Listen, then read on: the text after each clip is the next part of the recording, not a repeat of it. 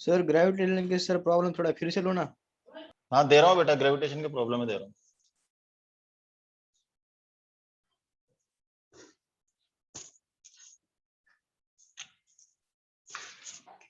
एक प्रॉब्लम करो बेटा कि 8 watt distance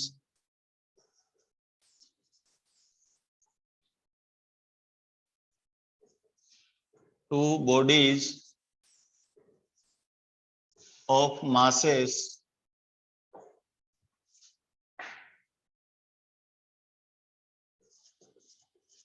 500 kg and 10,000 kg to be placed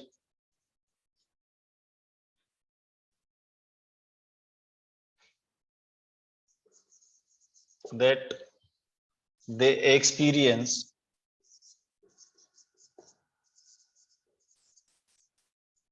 force 2.5 millinewton. Take G is equal to 6 into 6.0 into 10 raised to the power minus 11 newton into metre square by kg square. सवाल करो, सबको आना चाहिए बेटा। कितनी दूरी पर दो ऑब्जेक्ट को मैं रखूं कि उनके बीच में 2.5 मिली न्यूटन का फोर्स लगे। जी की वैल्यू ले लो आप 6.0 इंटू 10 पावर माइनस 11। 6.0 है ये, ठीक से देखो अगर नहीं दिख रहा हो तो। 6.0 into 10 raise to the power minus 11 newton into metre square upon kg square. दो ऑब्जेक्ट के बीच का डिस्टेंस चाहिए आपको।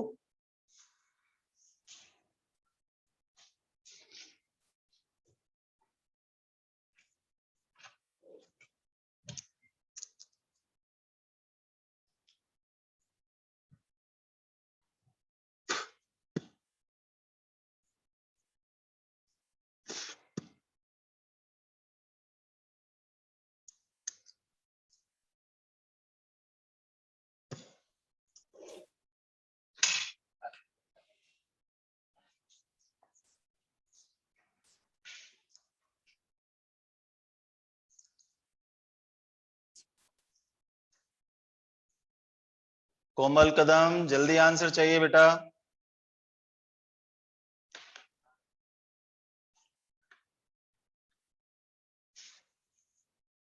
सुशांत सोता सोता देख रहा है बेटा।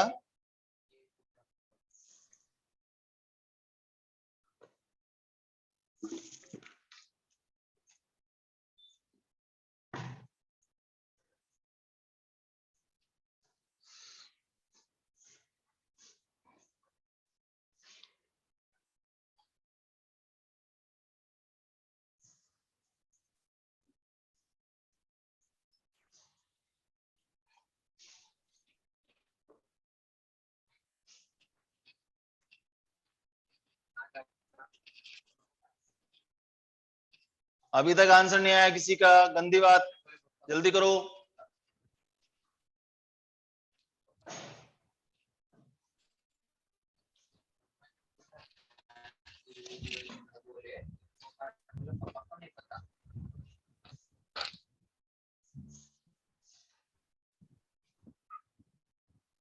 आप लोगों को सिखाया था पहले गिवन लिखो। गिवन क्या है क्वेश्चन में, फॉर्मूला बेस्ड क्वेश्चन में हमेशा देखो गिवन क्या है। M1 है 500 kg, kg में इसलिए चेंज नहीं करना। M2 है 10,000 kg, kg में इसलिए चेंज नहीं करना, ऐसा यूनिट है। फोर्स है 2.5 मिली न्यूटन, क्योंकि ये ऐसा यूनिट नहीं है, तो 2.5 इंटू 10 पावर माइनस 3 न्यूटन करो इसको। ठीक है, जी की value 6.0 into 10 power minus 11 newton into metre square by kg square, ऐसा यूनिट है, चेंज करने की जरूरत नहीं है।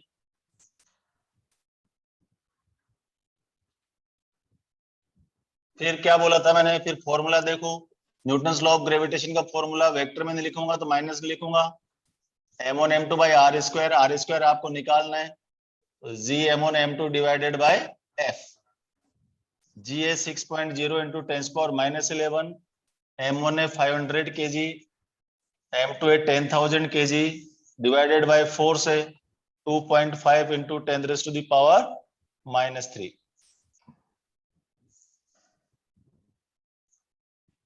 ठीक,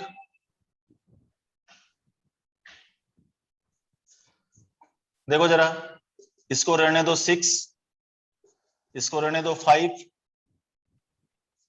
इसको यहां से एक डेसिमल ले जाओ तो यहाँ 10 हो जाएगा, नीचे रह गया 25, बाकी 10 की पावर है, तो 10 की पावर -11, तो 3 2 5 और 4 9, प्लस की 9, 10 की पावर -2 रह जाएगी ऊपर देखो,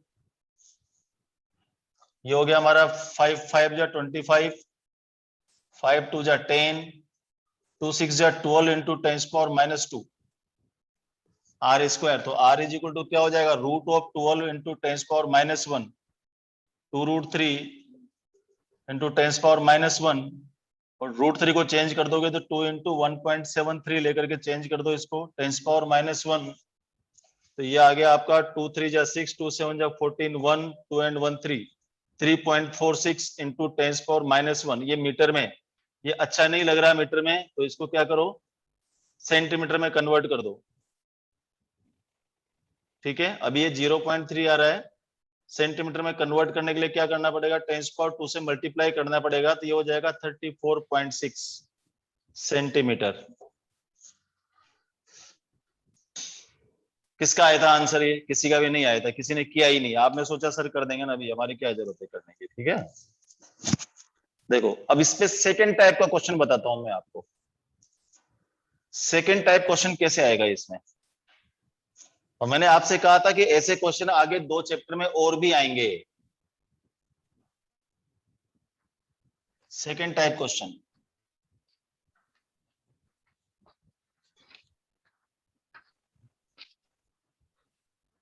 देखो, और क्वेश्चन है कि mass of moon, hypothetical data है, is 1/81 times mass of earth, mass of the earth, the लगाता हूं क्योंकि धरती में आता है, चंद्रमा का मास अर्थ के मास का 1/81 टाइम्स है, and distance between them is 6 times the radius of earth, 6 times the radius of earth,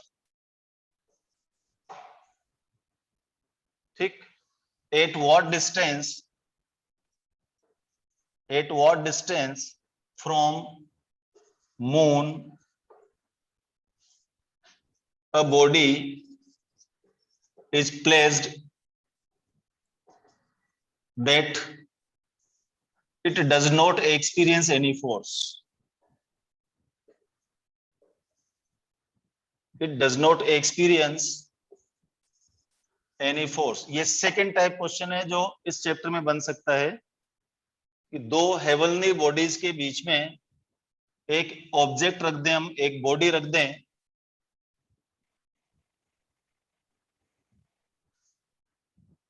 और बॉडी का जो मास है of mass m, small m, less that it does not experience any force. हमसे बोला कि अर्थ और मून के बीच में एक बॉडी को हम कहां रखें, मून से कितनी दूरी पर रखें कि उसके ऊपर कोई फोर्स ही नहीं लगे। इसका मतलब ये हुआ कि अर्थ जितने फोर्स से उसको खींच रही है, चंद्रमा भी उतने फोर्स से खींचे। जब दोनों सेम फोर्स से खींचेंगे तो उसके ऊपर कोई फोर्स नहीं लगेगा, जब फोर्स नहीं लगेगा तो बॉडी इक्विलिब्रियम में होगी। कॉन्सेप्ट तो ये हुआ, फिजिक्स तो इतना बोल के बंद हो जाएगी। फिजिक्स ने बोल दिया, इधर देखो मैं डायग्राम से बताता हूं कि ये चंद्रमा है और ये हमारी धरती माता है अर्थ। वो बोल रहा है कि इनके बीच में चंद्रमा से कितनी दूरी पर, चंद्रमा से कितनी दूरी पर मैं किसी ऑब्जेक्ट को रखूं कि वो कोई एक्सपीरियंस, ये बॉडी रखी है मास की, कि इसके ऊपर कोई फोर्स नहीं लगे। अब एम पर फोर्स कब नहीं लगेगा भाई, नेट फोर्स 0 कब होगा, इक्विलिब्रियम में कब होगी, जब मून इसको उसी फोर्स से खींचे जिस फोर्स से इसको अर्थ खींच रही है। अब सीधी सी बात है बेटा, एफ इज इक्वल टू क्या होता है रे, G m1 m2 upon r square. इसका मतलब चंद्रमा से दूरी उसकी ज्यादा होना चाहिए और अर्थ से कम होना चाहिए, क्योंकि जो फोर्स है किस पर डिपेंड कर रहा है, डिस्टेंस पर डिपेंड कर रहा है। अर्थ के पास रखेंगे तो अर्थ तो ज्यादा खींचेगी ना, ठीक है। तो मुझे क्या करना पड़ेगा भाई, चंद्रमा से मान लो x डिस्टेंस पर रखा, तो यहां से अर्थ से कितने डिस्टेंस पे हुआ, ये r-x डिस्टेंस पे हुआ। अब मून इसके ऊपर कितना फोर्स लगा रहा है वो निकाल दो, अर्थ इसके ऊपर कितना फोर्स लगा रहा है वो निकाल दो, और दोनों फोर्सेस को इक्वल कर दो। जब आप दोनों फोर्सेस को इक्वल कर दोगे, इसका मतलब बॉडी इक्विलिब्रियम में होगी। So this is the idea. Very nice question. आप दोनों का फोर्स निकालो और दोनों को फोर्स निकाल कर इक्वल करो, और सबको आना चाहिए आंसर।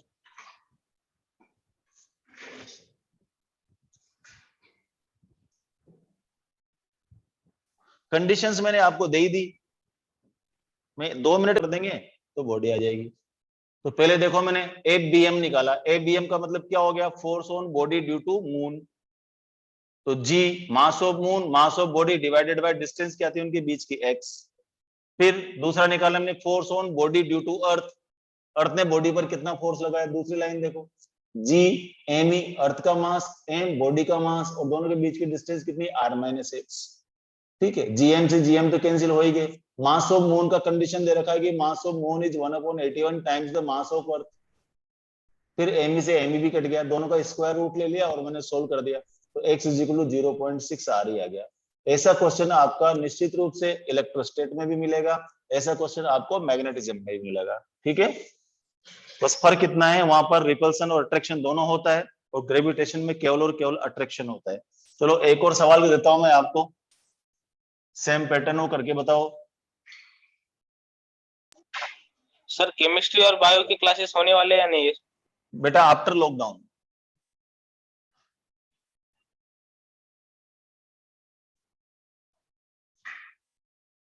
नेक्स्ट क्वेश्चन देखो,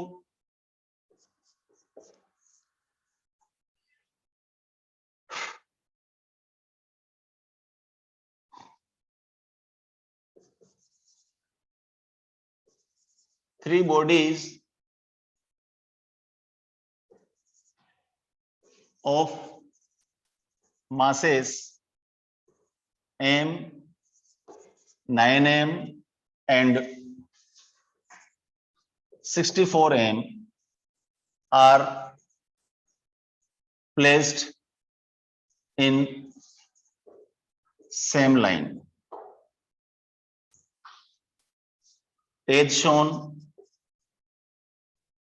as shown in figure, ठीक है।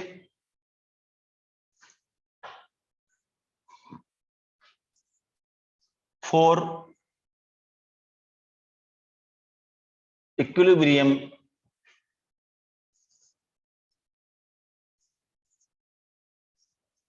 of system, the value of x is, position क्या है, m, 9m और ये 3 बॉडीज हैं, m, 9m, 64m, इनके बीच की डिस्टेंस x है, इनके बीच की डिस्टेंस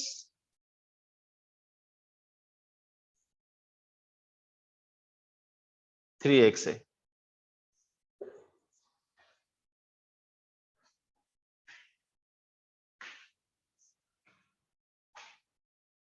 आपको x की वैल्यू बतानी है।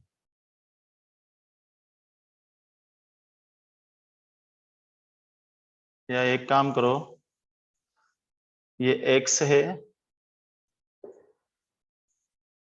और दोनों के बीच की डिस्टेंस है 10 मीटर।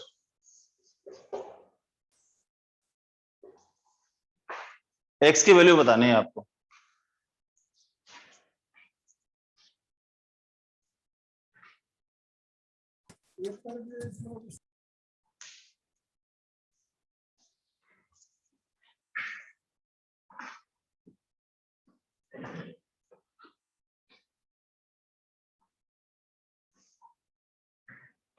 वही सिस्टम लगाना है आपको, पहले m 9m पर कितना फोर्स लगा रही है वो निकालो,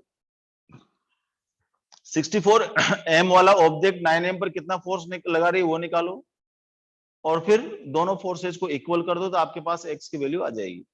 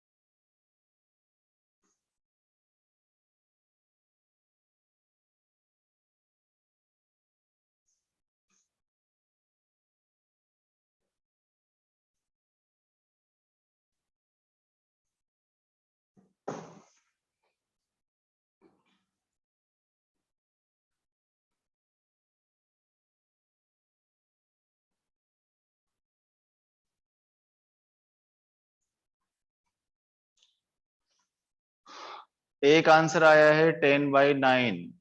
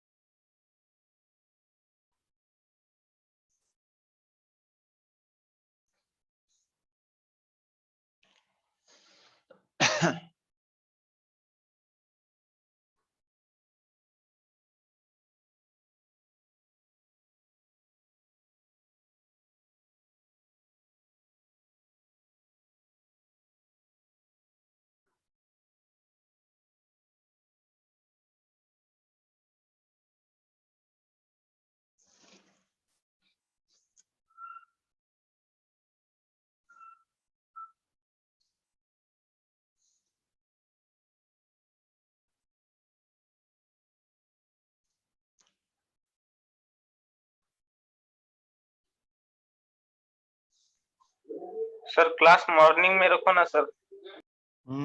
मॉर्निंग में रखेंगे बेटा, कल से 6 बजे रख दूं 11th की क्लास।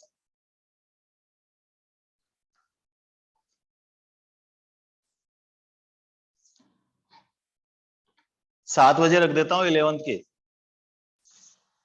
बच्चों 11th वालों किसी को 7 बजे दिक्कत तो नहीं है? सुबह 7 बजे अभी बता दो, कल 11th की क्लास रहेगी सुबह 7 बजे।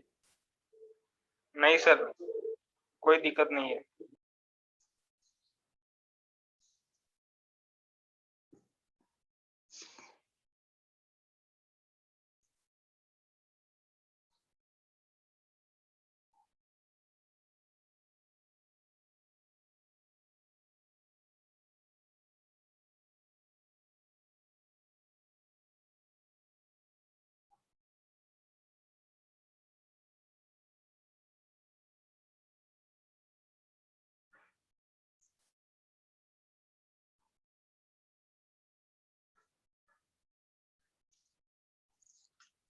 बताओ, अभी केवल निवेदिता का आंसर है और किसी का आंसर नहीं है।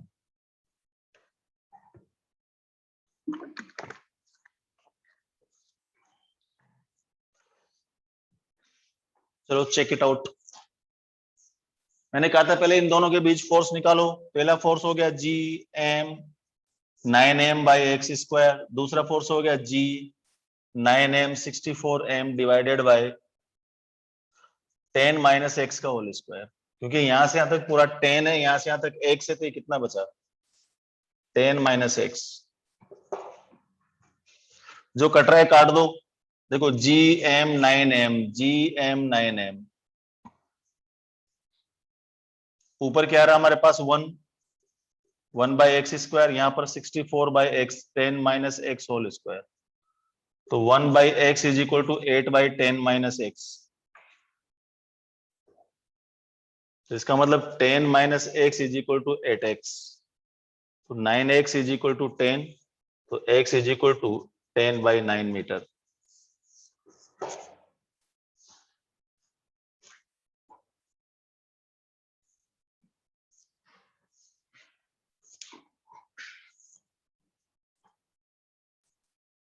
और करो, फील नहीं आया अभी मुझे।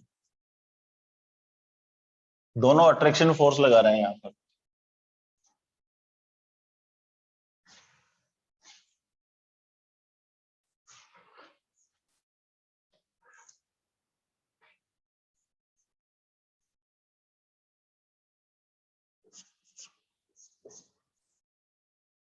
एक टॉपिक करते हैं छोटा सा, ग्रेविटेशनल फील्ड इंटेंसिटी लिखो।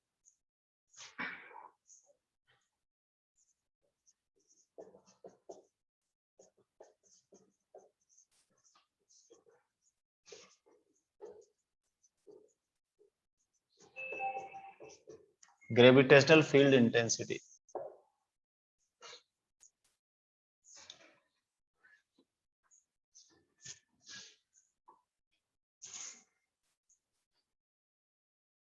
यहाँ सारे कैलकुलेशंस में अर्थ के रेस्पेक्ट में कर रहा हूं, तो इसका मतलब ये नहीं कि केवल ग्रेविटेशनल फोर्स केवल अर्थ के लिए ही है।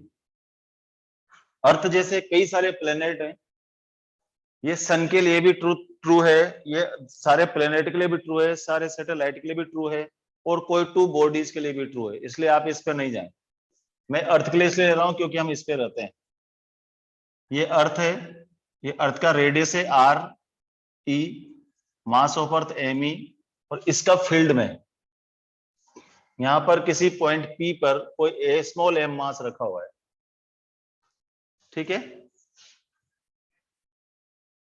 तो ग्रेविटेशनल फील्ड इंटेंसिटी को अगर मैं डिफाइन करूं, थोड़ा लैंग्वेज भी लिखता हूं तो उससे शायद हो सकता है तुम्हें आइडिया है कि if an object of mass m is placed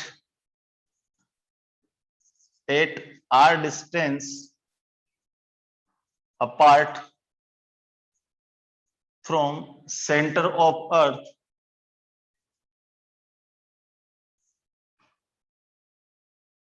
ठीक है, यहां से r डिस्टेंस पर रखा मैंने इसको अर्थ के सेंटर से।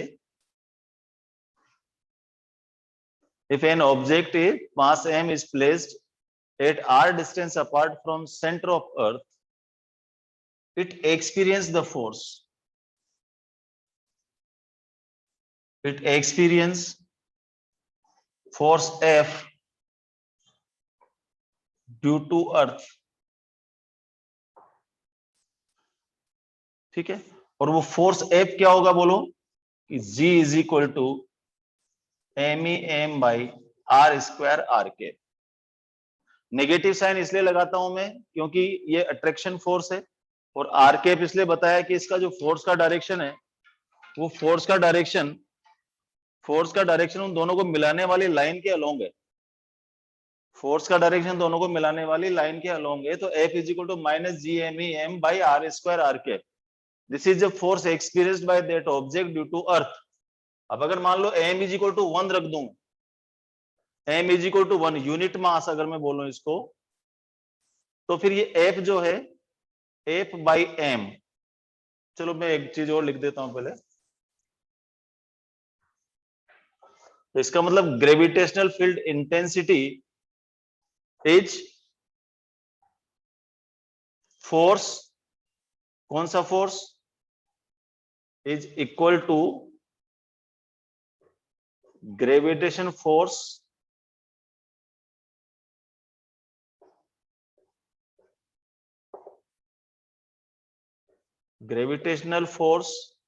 And mass of object. तो ये हो जाएगा gravitational field intensity is equal to F by m, यानी कि न्यूटन पर केजी। इसको बोलते हैं ग्रेविटेशनल फील्ड इंटेंसिटी। तो दूसरा फॉर्मूला क्या बन गया फिर इसका कि Eg is equal to F by M या minus G M E by are square are के। This is gravitational field intensity. इसकी यूनिट होती है फोर्स अपॉन मास। फोर्स किस में होता है, न्यूटन में, और उसका क्या होता है, मास का यूनिट केजी, न्यूटन पर केजी। यूनिट होगी इसकी न्यूटन पर केजी।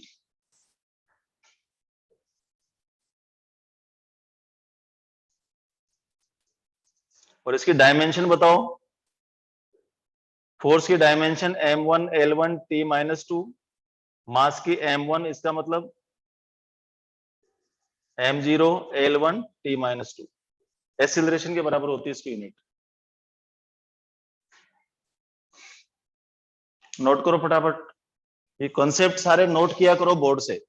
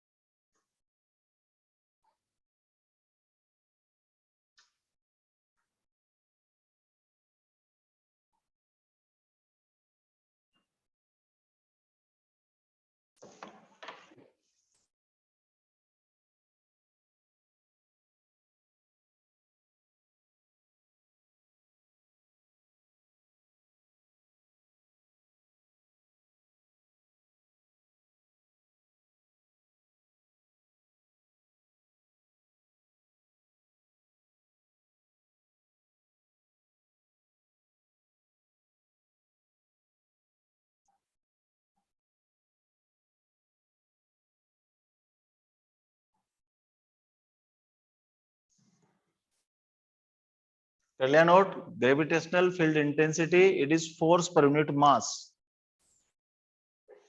इसकी दूसरी डेफिनेशन भी लिख देता हूं मैं,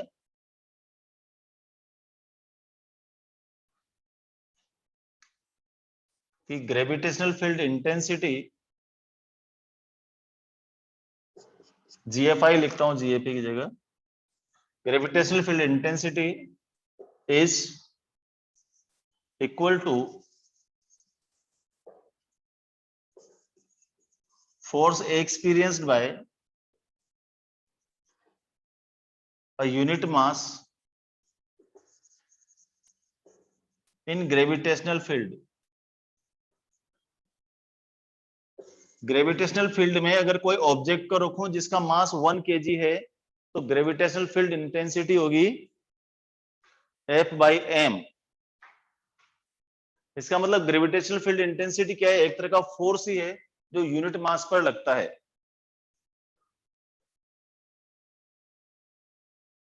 force experienced by unit mass.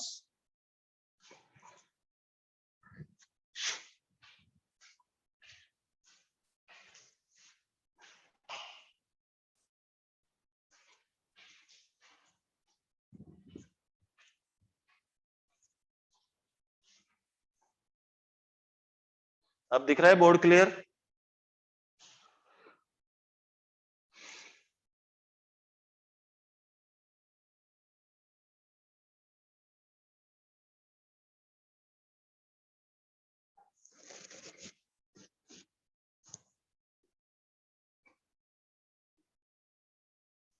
एक लाइन और लिखो, gravitational field intensity is equivalent to, gravitational field intensity is equivalent to acceleration due to gravity। क्योंकि acceleration due to gravity भी क्या होता है बेटा? F is equal to F/m ही होता है। F is equal to mg होता है ना, तो G is equal to क्या हो गया? F/m। इसका मतलब G also equal to minus gme/r²। Acceleration due to gravity और ग्रेविटेशनल फील्ड इंटेंसिटी दोनों इक्विवेलेंट क्वांटिटी हैं, क्योंकि ये भी फोर्स बाय मास है, वो भी फोर्स बाय मास है। ठीक है, तो अगर मैं इसको लिखूं, देख इधर, कि G, इसको ये डे हटा दूंगा वेक्टर यहां से, तो माइनस हटा दूंगा, यहां रह जाएगा केवल gme/r²।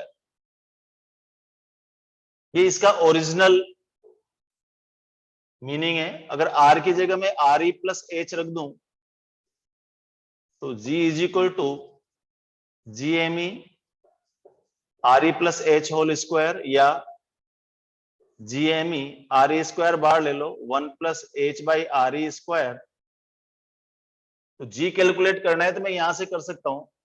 अगर अर्थ के आसपास कहीं है, h अगर r के रेस्पेक्ट में बहुत छोटा है, तो फिर G अर्थ के लिए क्या हो जाएगा? G earth GME by RE square.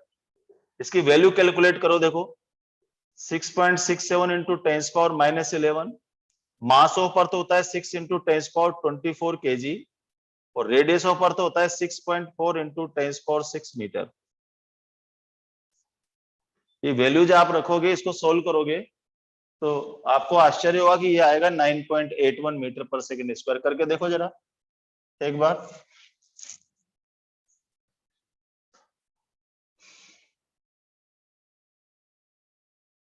जब इसको आप सोल्व करोगे 9.81 मीटर पर सेकेंड हो जाएगा। यहाँ पर मैंने वैल्यूज रखी, आपको याद करने में फिर लिख देता हूँ।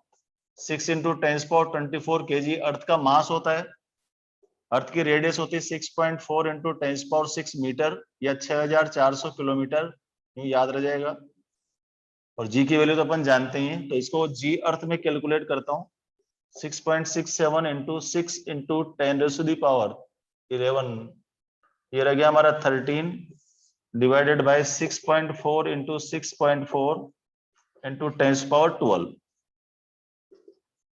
तो इसको अगर अपन सोल्व करें तो ये 10⁻1 ऊपर चला गया, इसको मल्टीप्लाई करके डिवाइड कर दो।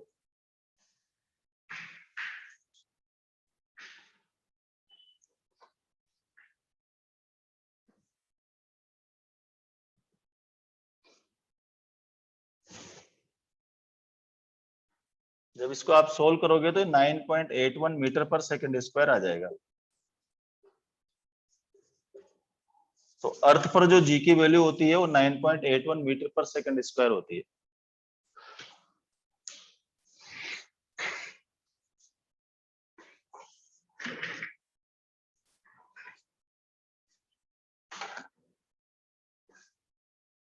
नोट करो इसको।